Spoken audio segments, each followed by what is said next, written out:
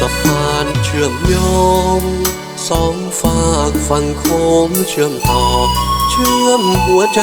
ไม่ให้ต้องรอวอนเว้างอนงอเพื่อขอสัมพันธ์บ่าวลาวสาวไทยหรือจะบ่าวไทยสาวลาวตาหวานเชื่อมต่อหัวใจเหมือนดังสะพานที่เชื่อมสัมพันธ์สองฝั่งลาวไทยสะพานข้ามโขงเชื่อมโยงสื่อสายสัมพันธ์สองฝั่งไทยลาวรักกันฝั่งขวาซ้ายนั้นผูกพันสายใยเมืองพี่เมืองน้องเหมือนดังแผ่นทองเรื่องรองรวมใจ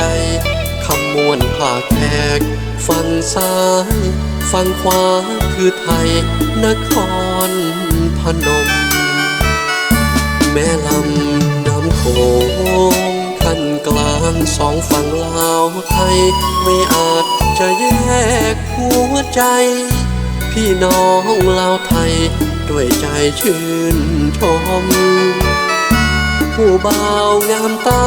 ผู้สาวโสภาน่ารักตาคม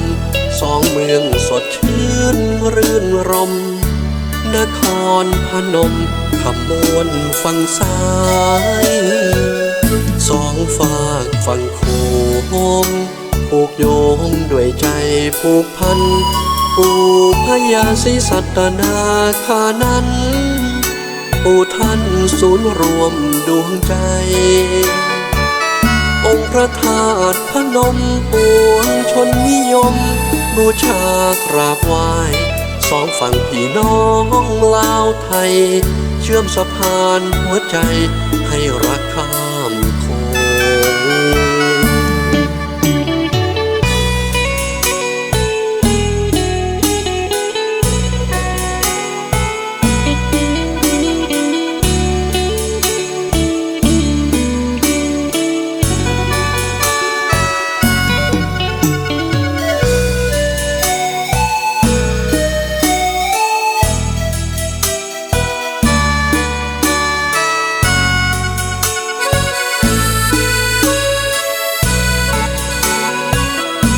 แม่ลำน้ำโข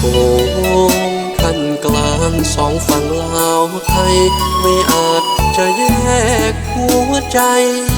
พี่น้องลาวไทยด้วยใจชื่นชมผู้บ่าวงามตาผู้สาวโสภาน่ารักตาคมสองเมืองสดชื่นรื่นรมนครพนมขมวนฝั่งซ้ายสองฝากฝั่งโขงผูกโยงด้วยใจผูกพัน